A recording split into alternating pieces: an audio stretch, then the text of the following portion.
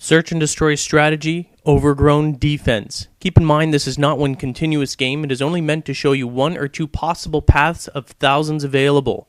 The same path is shown to show you possible variations that you may encounter.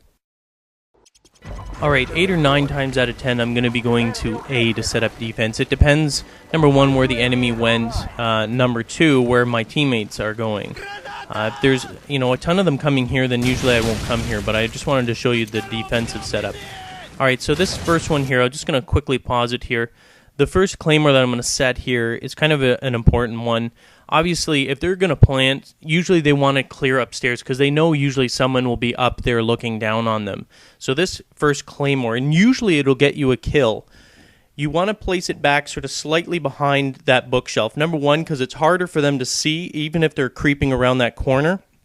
But you got to make sure that that first line, that first laser line coming off on the left side of that claymore is going straight along that wall covering that door. The reason being is it makes it slightly aimed inward, and when they run through there, you don't want them to go past the blast radius. So when it's angled like that, they're going to trip it the second they walk through that door, and it's aimed outward. So that's where they're naturally going to run, and that's why I do it. So after that, we're going to go actually back upstairs. Now, normally I don't place a claymore right here, and I'm going to pause it again. Again, you want to angle it. You want to angle it slightly inward. If they're going to come up, that's another good one. Slightly back again, away from that door and hugged into the corner, because you don't want them to easily see it, and you want the blast radius to sort of show outward. Normally, I would do the back staircase, but someone else has taken it. Now, once we're done with this claymore, since there's a few players already at A, and I've got my defenses up there, I feel secure enough to go over B and help. And now when I'm heading across here, number 1, I see that dude coming out, so I stay down, wait for him to come across. I don't know how the other teammates didn't get him, but it doesn't really matter. That bridge that I went across, that was a dangerous maneuver, especially if there's a sniper on the other end. He's looking for there. Normally I would go under on the side of the bridge and come up the valley on that side, but I took a chance. Exactly what I'm doing there. Now when I'm jumping down there, I'm not just haphazardly jumping. I'm actually looking in the far corner there to see if there's actually a sniper. So it wasn't that I was just sort of carelessly. Exactly where I'm pointing the reticule there. My teammates are able to pull a win from this one. Alright, this time we're going to go and defend B, and as I said before, when you're crossing this area, go on the side. Don't go across the bridge. You're liable to get killed by a sniper. Even at that point there, when you come up, it's kind of dangerous. I take the outside because it's fast. SMG and extremes, very important to get into position quickly. Alright, I'm just going to quickly pause it here. I'm just going to let you know exactly what I'm doing here. Normally when I rush this side and when I'm rushing B, when I'm heading on the outside there, I'm looking towards that big fuel tank on the outside towards the barn to see if I can see anyone running that way, because that's normally where I will catch them if they're rushing.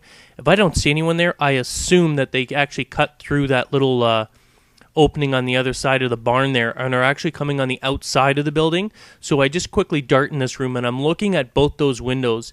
I'm not looking for anything else. I'm just strictly looking out there to see if I can see any movement. If there is, then I'll choose to engage them on that side. But in this case, there isn't, so I duck out and I go back the other way. Maybe they're a little slower, which evidently they are. Is that nigga Ronald sniping everybody? And we see that guy running down there. Take some hits, he's injured. Pull out the handgun. Remember, don't bother reloading. If you've actually hit him a few times, pull out the handgun and finish him off if he's injured. You just got to learn to get it a little bit faster here. Now everyone knows this trick here where you sort of hop up on the wall. It's effective when you're trying to nab enemy players that are staying up in this house here on the second floor, which this guy is. And obviously he's not aware of that trick. Alright, we're going to go to B again. A, I find to be pretty easy to set up defenses. You claymore the bottom, you claymore the rear, and you overlook, and as long as you're careful, you should be able to defend. It's this area here that you have to be a little more careful. Again, down and up the side of the bridge, rushing on the outside. Now, what's funny here is you can actually, if you just saw that for a split second, the enemy actually ran on the wall right past me, and I missed him. I could hear him, which is why I'm sort of running in the outside here a little confused. But I go upstairs because that's where I assume that he is. I can hear him. Again, I wasn't sure where he was, but then he makes...